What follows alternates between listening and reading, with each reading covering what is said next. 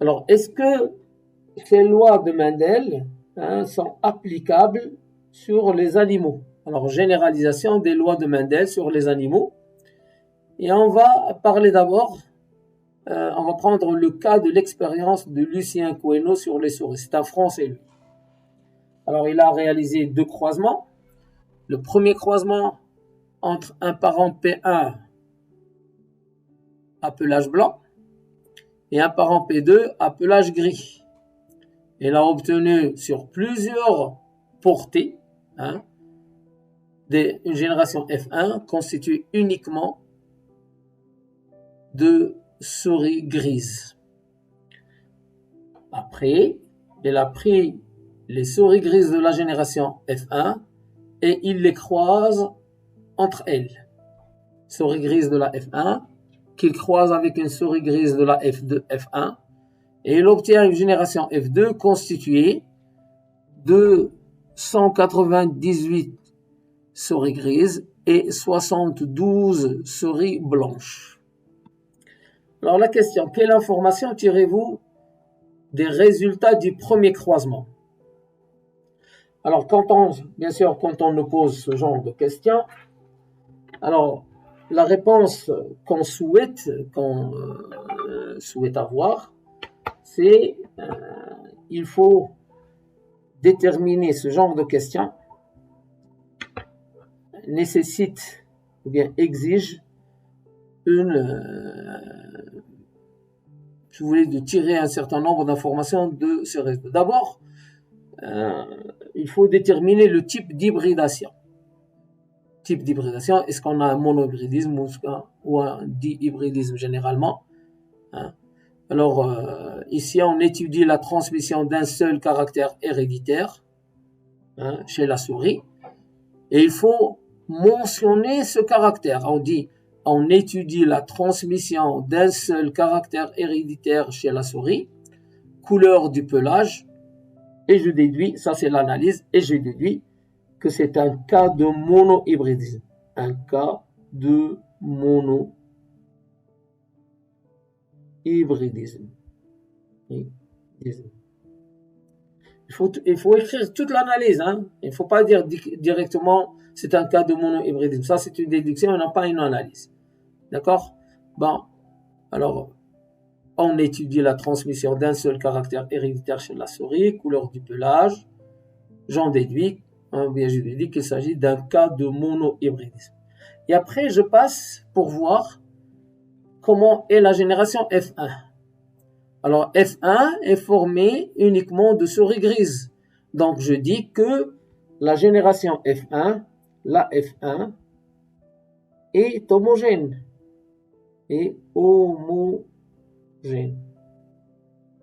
D'accord? Et qu'est-ce que j'ai dit? Est-ce qu'on nous a dit ici, est-ce qu'on a mentionné la pureté des parents? Non.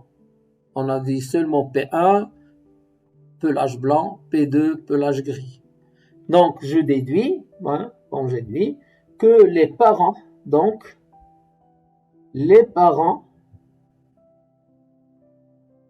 P1 et P2, bien sûr, sont de race pure,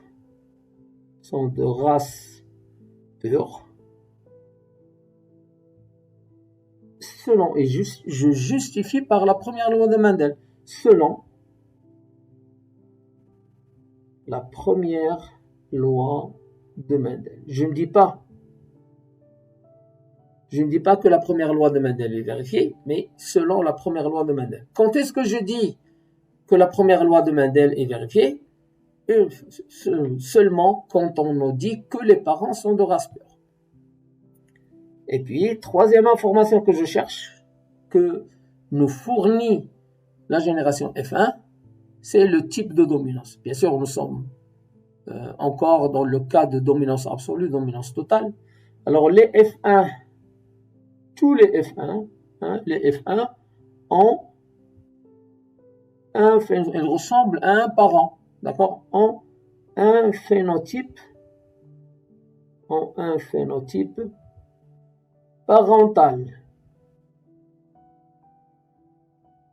Lorsque les F1 ressemblent à un parent, on dit qu'ils ont un phénotype parental.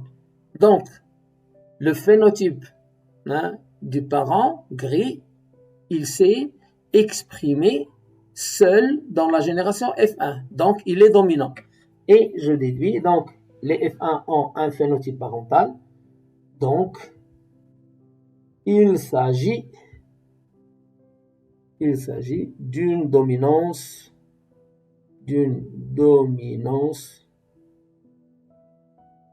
absolue ou totale. Je reviens à la ligne, deux points, je reviens à la ligne, et je dis que l'allèle responsable ou bien l'allèle pelage gris, l'allèle pelage gris est dominant. Et je lui donne la lettre G majuscule. Et l'allèle pelage blanc est récessif. Et je lui donne la lettre le petit b. Ça, c'est les informations qu'on peut tirer à partir du premier croisement. Après, on nous dit, donnez l'interprétation chromosomique des deux croisements. Des deux croisements, bien sûr, 1 et 2. Des deux croisements 1 et 2. D'accord? Des deux croisements 1 et 2. Normalement, ici, c'est les deux croisements 1 et 2. Alors, la même chose, interprétation chromosomique. Premier croisement.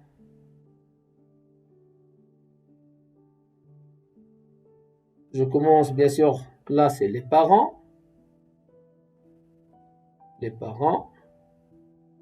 Alors, les parents, je prends les phénotypes.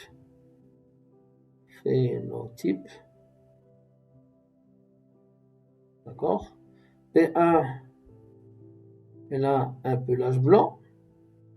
Petit b. Là, c'est croisement que l'on croise avec un parent P2 de pelage gris.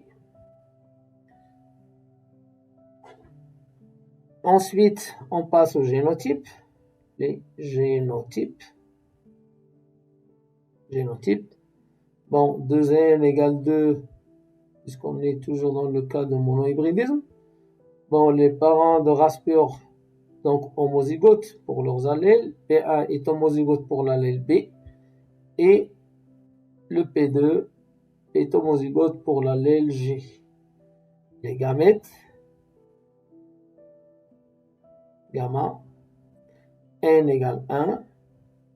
Donc, une race pure produit un seul type de gamète. Donc, 100%, P1 produit 100% de gamètes porteurs de l'allèle B. Et le P2, il produit 100% de gamètes porteurs de l'allèle G. La fécondation, elle rétablit la diploïdie, regroupe les paires de chromosomes et les paires d'allèles. 100% fois 100%, c'est 100%. De G sur B, et ça donne pelage gris. Et cela, c'est les hybrides F1. Les hybrides F1. Comme vous le constatez, le résultat théorique est conforme au résultat expérimental. Dans votre interprétation chromosomique, il faut le mentionner. Il faut le mentionner. Bon, alors le croisement 2, c'est là croisement 1 et croisement 2. Tout à l'heure, j'ai dit les croisements des deux croisements 1 et 2. Donc maintenant, l'interprétation chromosomique du deuxième croisement. Deuxième croisement. Je fais la même chose. Les parents de ce deuxième croisement, les parents. Bon, nous avons les phénotypes.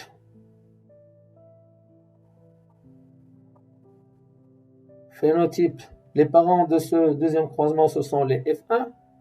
F1 à pelage gris croisés avec les F1 appelage gris également, c'est-à-dire les mâles que l'on croise avec les femelles de la génération F1. Alors maintenant, les génotypes.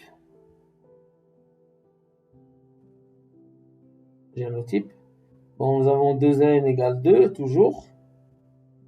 Bon, ça veut dire que chaque parent, on lui donne une paire de chromosomes. Les F1 sont hybrides, c'est ça leur génotype. Donc G sur B. Et là, G sur B. D'accord? Les gamètes. Les gamètes gamma. Bon, n égale 1. Bon, chaque gamète doit avoir un chromosome. Si vous voulez, cette formule chromosomique, elle a beaucoup plus d'importance dans le dihybridisme. Hein? Dans le dihybridisme, ça nous permet, ça va nous éviter beaucoup d'erreurs. Bon, alors moitié des gamètes de ce premier F1, ils ont le chromosome G, ou bien l'allèle G, et l'autre moitié, ils ont le chromosome porteur de l'allèle B. Là, je mets point virgule, je passe au deuxième F1, à l'autre F1. Alors, moitié, ils ont l'allèle G, et l'autre moitié, ils ont le chromosome porteur de l'allèle B. Après, c'est l'échiquier de croisement. On vient avant l'échiquier de croisement. Hein? Alors là, j'ai une déduction concernant les hybrides. Les hybrides produisent deux types de gamètes équiprobables. L'hybride, dans le monohybridisme, bien sûr, l'hybride produit deux types de gamètes, bon, je dis de gamma, équiprobables.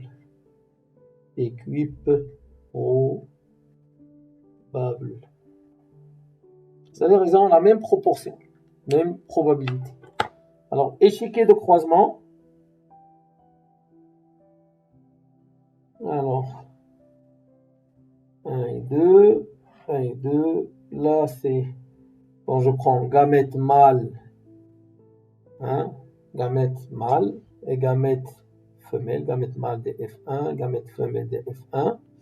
Alors, moitié, ils ont l'allèle G, et l'autre moitié, ils ont le chromosome porteur de l'allèle B. La même chose ici, moitié, ils ont le chromosome porteur de l'allèle G, et l'autre moitié, ils ont le chromosome porteur de l'allèle B. 1 demi fois 1 demi, c'est 1 sur 4. G sur G. D'accord? Et ça donne G. Ce gamète femelle peut être fécondé par ce gamète mâle. 1 demi fois 1 demi, c'est 1 sur 4. G sur B. Et ça donne G. 1 demi fois 1 demi, ce gamète femelle peut être fécondé par ce gamète mâle. La proportion de ce gamète fois la proportion de ce gamète mâle. Donc 1 demi fois 1 demi, c'est 1 sur 4. G sur B. J'écris toujours l'allèle dominant au numérateur en haut et l'allèle récessif en bas. Bon, G. Et là, 1 sur 4 également. 1 demi fois 1 demi, ça donne B sur B. Et ça donne B. D'accord? Bon, alors, les résultats théoriques sont-ils conformes aux résultats expérimentaux? Alors, j'écris ici, alors la F2, j'ai ici une F2 théorique, c'est la F2 obtenue par l'échiquier de croisement. F2, on a des souris grises. Donc, combien on a de souris grises? 1 quart plus 1 quart plus 1 quart, ça fait 3 quarts. 3 sur 4. Et des souris blanches, on a 1 sur 4. Et puis, là, c'est la F2 expérimentale. Expérimentale. J'applique la deuxième méthode qu'on a vue tout à l'heure. D'accord? La deuxième méthode. Bon, les souris grises. Et on a les souris blanches. Les souris blanches, on a 72 souris blanches. Et les souris grises, on a 198. 198 souris grises. Je divise chaque membre, chaque nombre par le plus petit. Bon, 72 divisé par 72, c'est 1. Et 198 par 72, c'est à peu près 3. Bon, c'est 2,9, c'est à peu près 3.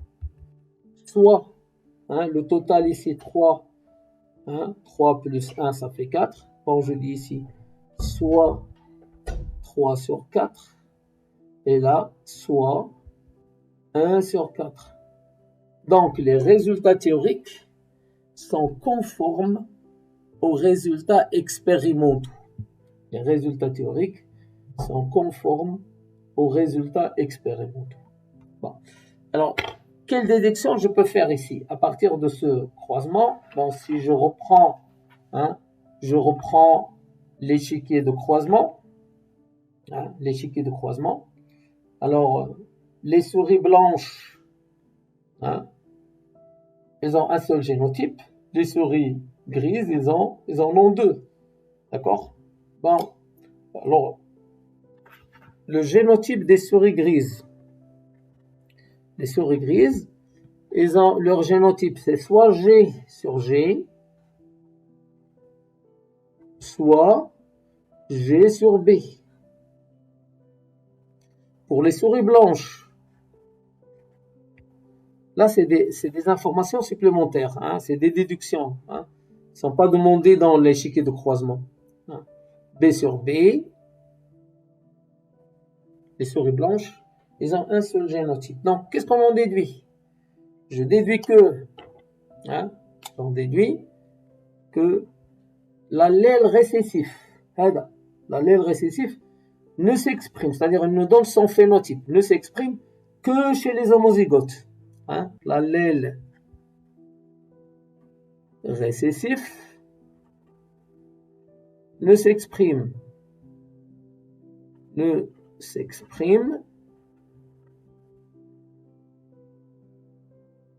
que chez les homozygotes. Chez les homozygotes. Homozygotes pour cet allèle. Pour cet allèle. Comme le cas ici. L'allèle B, qui est récessif, ne s'exprime, c'est-à-dire ne donne son phénotype, que chez les homozygotes pour cet allèle. Donc, tout individu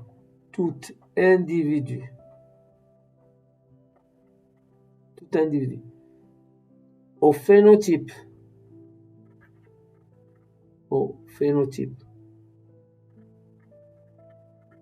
récessif est de race pure.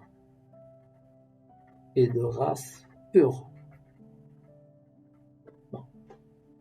Vous avez un individu qui a un phénotype récessif, il est de race pure. Comme ici, pour les graines ridées de tout à l'heure. Les graines ridées, l'allèle récessif ridé ne s'exprime que chez les homozygotes. Donc, tout individu à phénotype récessif est de race pure. Les graines ridées sont de race pure. Les souris blanches sont de race pure. Pourquoi? Parce qu'ils ont des phénotypes récessifs. Par contre, les individus à phénotype dominant, ils sont soit homozygotes pour l'allèle dominant, soit hétérozygotes. Soit homozygote pour l'allèle dominant, d'accord, LL, soit hétérozygote. Bon, ça c'est ce qu'on peut tirer à partir de ce croisement. Alors, il y a un problème. Parmi les souris grises de la deuxième génération, F2, on trouve 2 sur 3. Bon, si je prends uniquement les souris grises, bon, de la F2, je considère uniquement les souris grises, ce sont elles qui m'intéressent maintenant. Alors, il y a 3 génotypes, d'accord? 2 sur 3 sont hétérozygotes et 1 sur 3 est homozygote. Bon, c'est pour ça qu'on dit que parmi les souris grises de la deuxième génération F2, hein, on trouve 2 sur 3 hybrides de génotype G sur B et 1 sur 3 de génotype G sur G, homozygote G sur G. Alors, comment peut-on déterminer le génotype d'une souris grise prise au hasard? Bon, alors ici, ce n'est pas parce que ces souris-là, hein, les souris qui sont hybrides, parce qu'ils ont un G et un B, ils sont gris clair. Non. Ou d'autres sont gris foncé parce qu'ils ont 2 allèles grand G, ils sont gris foncé. Non. Ils ont la même nuance. Gris de la même nuance. D'accord? Donc, on ne peut pas savoir le génotype des souris grises à partir de leur phénotype. Alors, comment peut-on déterminer le génotype d'une souris grise prise au hasard, hein? D'une souris grise de la génération F2, bien sûr, prise au hasard. Alors, pour cela, on réalise ce qu'on appelle un croisement test ou un test cross. C'est quoi? On croise une souris grise de génotype inconnu avec une souris blanche de génotype connu. Pourquoi on dit qu'avec une souris blanche de génotype connu? Parce que les souris blanches, hein, le phénotype blanc est récessif, donc les souris blanches sont de race pure. Leur génotype, c'est petit b sur petit b. Bon. Alors, on a réalisé 2 croisements tests. Croisement 1 et croisement 2. On vous dit à partir des résultats des croisements réalisés, déterminer le génotype des souris grises testées. Les souris grises testées. Bon. Dans le premier test cross. Premier test cross. La descendance, hein, premier test cross, la descendance, hein, on peut dire descendance F'2. Pour le test cross, c'est généralement F'2. La descendance, la F'2,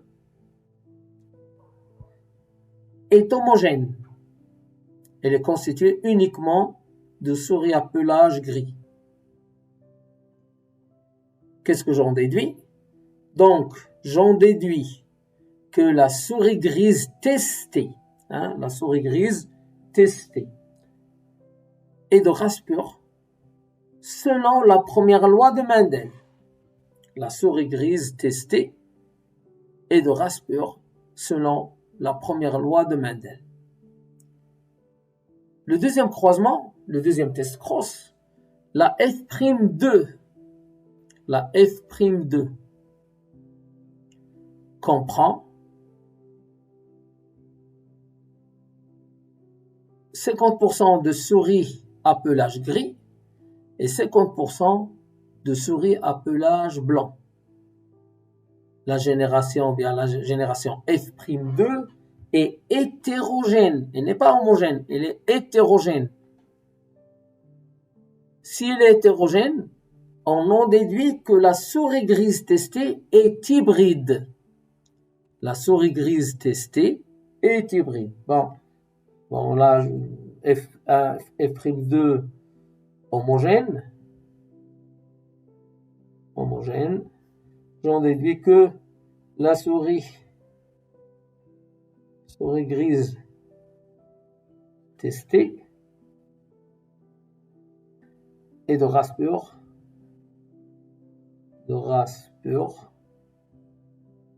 selon la première loi de Mendel. Alors, deuxième test cross. la F' de est hétérogène, là, je vais écrire est hétérogène, bon, j'en déduis que la souris grise testée est hybride. Est hybride. Hybride. On dit également hétérozygote. Hétérozygote.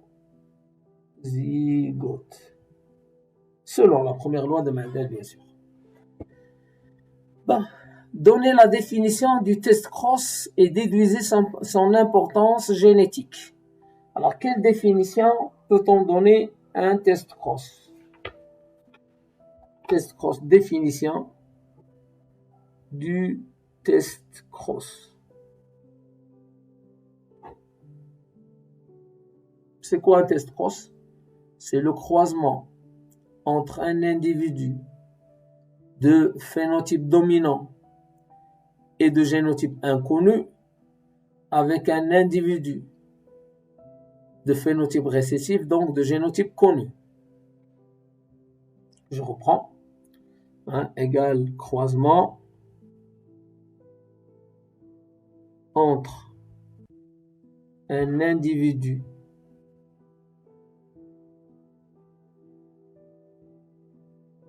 de phénotype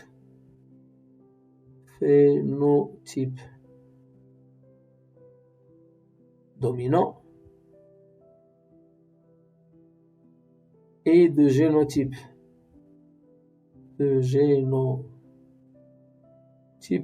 inconnu.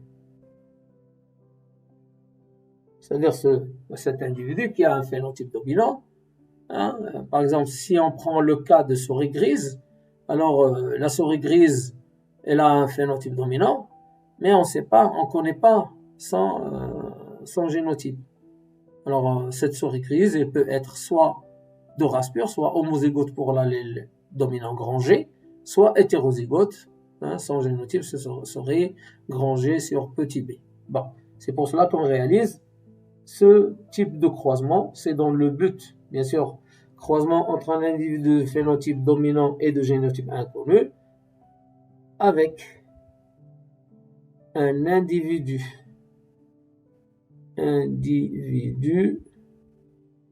de phénotype récessif,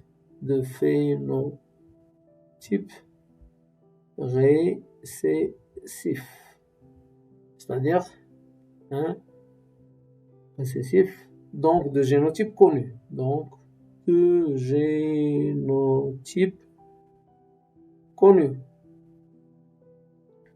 Tout à l'heure, on a dit que l'allèle récessif ne s'exprime que chez les homozygotes. Donc, tout individu d'un phénotype récessif est de race pure.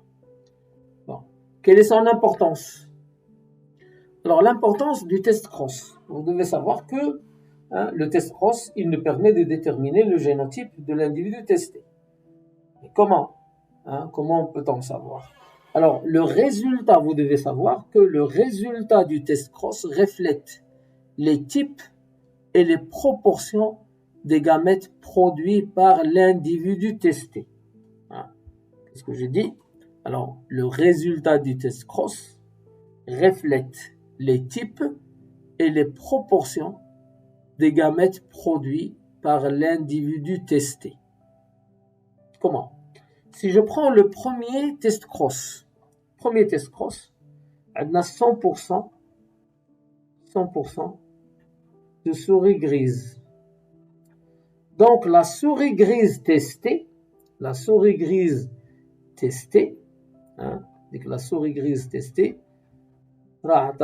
nous a donné 100% de gamètes qui ont G. Et pour qu'une souris donne 100% de gamètes qui ont G, donc elle est homozygote pour l'allèle G, et on détermine son génotype. Dans le deuxième croisement test, on a 50% de souris grises et 50% de souris blanches. Donc la souris grise testée la souris grise testée, elle a produit, souris grise testée, pardon, elle a produit deux types de gamètes équiprobables. 50% de gamètes qui ont l'allèle G et 50% de gamètes qui ont l'allèle B. Donc, le résultat du test cross reflète les types. On a deux phénotypes. Donc, deux types de gamètes.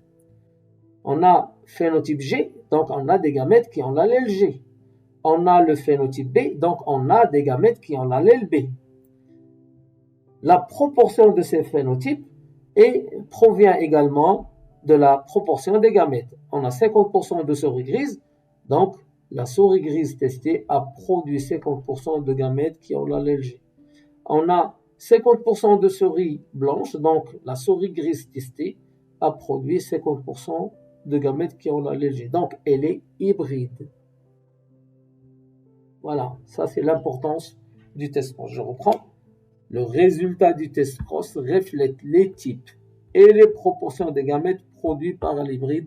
Donc, on peut donner son génotype. On peut déterminer son génotype à partir des résultats du test cross. Donc, l'importance du test cross, il permet de déterminer le génotype des individus testés.